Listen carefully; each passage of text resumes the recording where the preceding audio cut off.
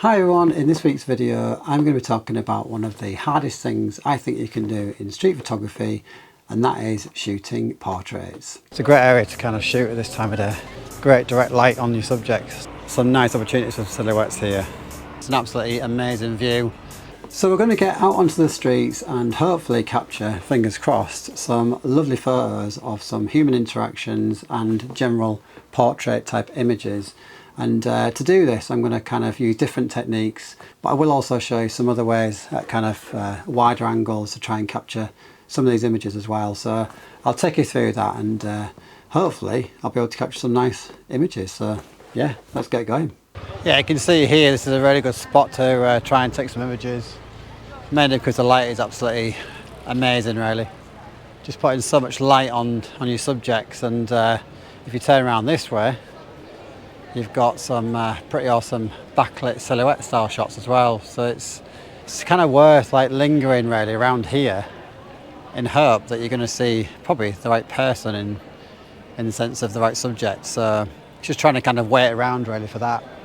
But like this, you see how like the subjects kind of keep on coming through, and they're really well lit. So you've got a lovely background composition, and then you've got people wandering around in the front there. So like I say, it's just a case of waiting and seeing what you can do. Sometimes with street photography you just got to try and find a good composition first, and then wait for people to make it come alive. Yeah, I think one of the key points really is just to highlight the three things that I tend to really look for out when I'm doing street photography. And number one really is the light. So as you probably know, light is absolutely key to photography, and depending on what kind of style or type of images you're trying to take, this can go like obviously a long way to the end result. So light is the key factor really. I would say composition is still really, really key, and you can actually find some really, really nice shots, and I'll explain why I tend to look for these things as well. And the third one is obviously subject, and especially when you're obviously trying to capture some kind of portrait images, subject is obviously the key, because without that you haven't got anything. So I do think a lot of times it's worth kind of looking at a really good kind of composition without the actual kind of human interaction part of it, and sometimes it can be just a bit of a waiting game and just kind of hang around for hopefully the right subject to actually come into frame. Really good things can happen, and that's really the exciting factor about doing it. So yeah, I'll show you some images from this setup anyway.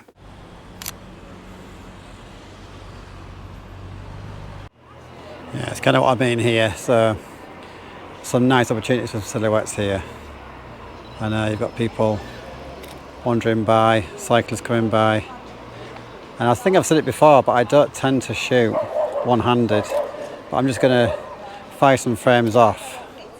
Yeah, as I said before, I tend to shoot with both hands, and I don't film at the same time obviously. It's I don't particularly like out of focus images, so even though the shutter speed is pretty fast, it's difficult with these kind of bulky cameras.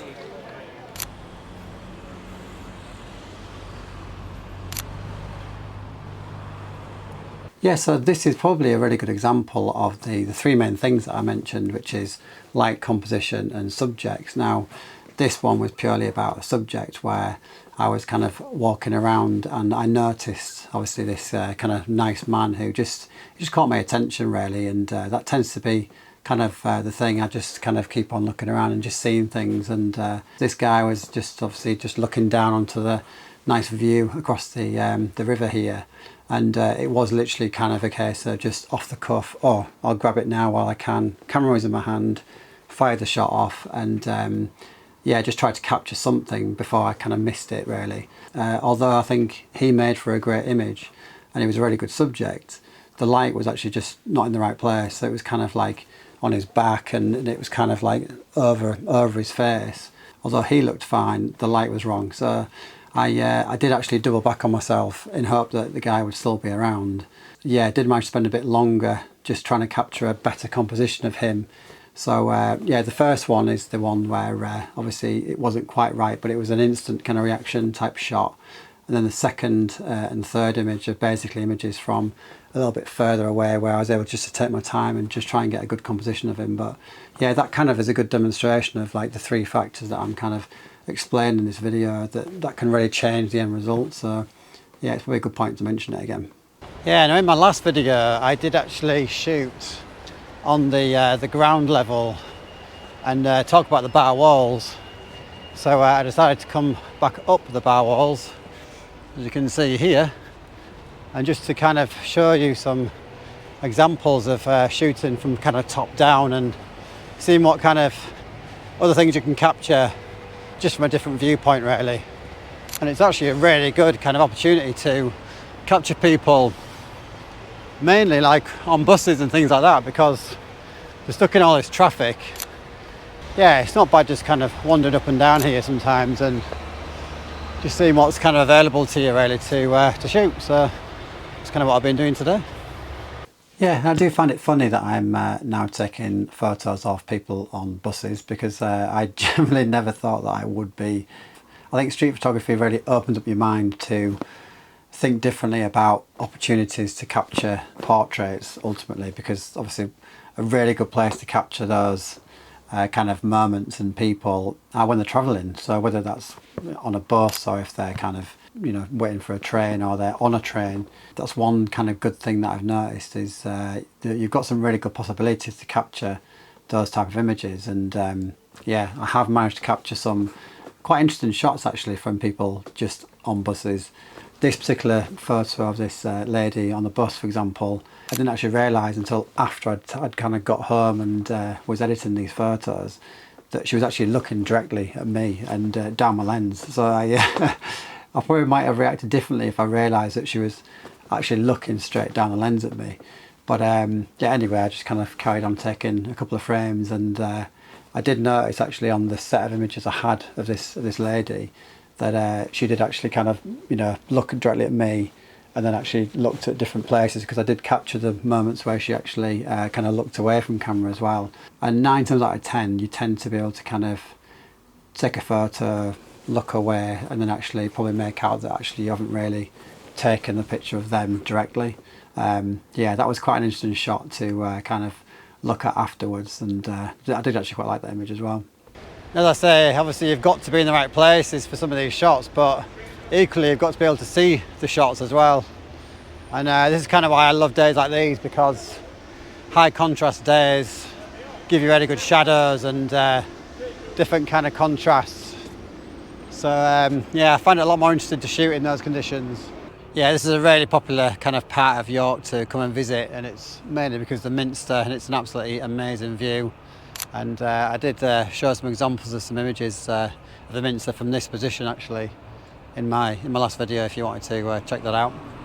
Yeah, and so the main reason really for trying to get out and do these kind of photos was actually just to try and force the kind of issue really of me trying to capture more portrait style images. But I was also kind of out there looking for what I tend to kind of just see and shoot as well. So there was a couple when I was at the top of the bar walls here looking down that again I was just right time, right moment, and a guy just kind of wandered down across the street, and the light and the shadows were really long. Sometimes it's like a combination of things, like I say, it can be the contrasts, it can be generally the subject and the composition, all three coming together. And there's just something about this one that I actually do really like, and it just looked I don't know, just very cool. There's something very nice about it. Maybe not quite as obvious, but it was yeah, a lot of things coming together quite well. Just had a good feel about it.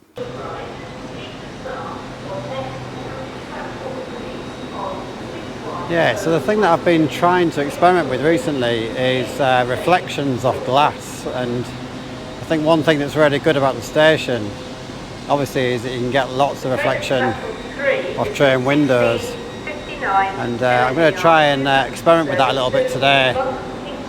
Yeah, and while I was trying to capture some nice kind of reflections here, I also noticed that there was a guy who was just sat down on the bench, and he kind of yeah, caught my attention, let's say. It was just a kind of really good position just to kind of shoot him from this angle. But also yeah, there was a train coming in just behind him, which I thought actually this could be quite a nice shot. So I just waited for it just to kind of pull in a little bit further and just capture this kind of frame. But worked out quite well. Probably not like the best image of the day really at all, but it was a nice kind of setup, so it was worth sticking around for just to capture that one. Now I did also manage to capture some more interesting images which I felt were kind of more down the portrait route, and looking around, just waiting, seeing what was going on, camera in hand, trains pulling up, and then just seeing what's kind of going on. And this particular image I thought was really nice, and it generally was because of the light. Subject obviously was there. She looked fantastic actually in this particular frame, but I think it was actually the light that did it for me really. So yeah, I was really happy with this image. I thought that was a really good way to kind of end the day really with this particular shot. So yeah, I was quite pleased with it. Yeah, so hopefully you've enjoyed those photos. That's the main reason for me putting this video together, rather than me rambling on to this point. But yeah, hopefully you've enjoyed the photos, and you might have taken some tips if you're new to street photography. And don't forget, light, composition and subjects are the real key three things to really look out for when you're out there doing it. So hopefully that's going to help your photography as well. And if you did want to watch any others, please do kind of look at these links at the end, and there's always links in the description for more videos as well. So thanks so much for watching, and catch up with you soon.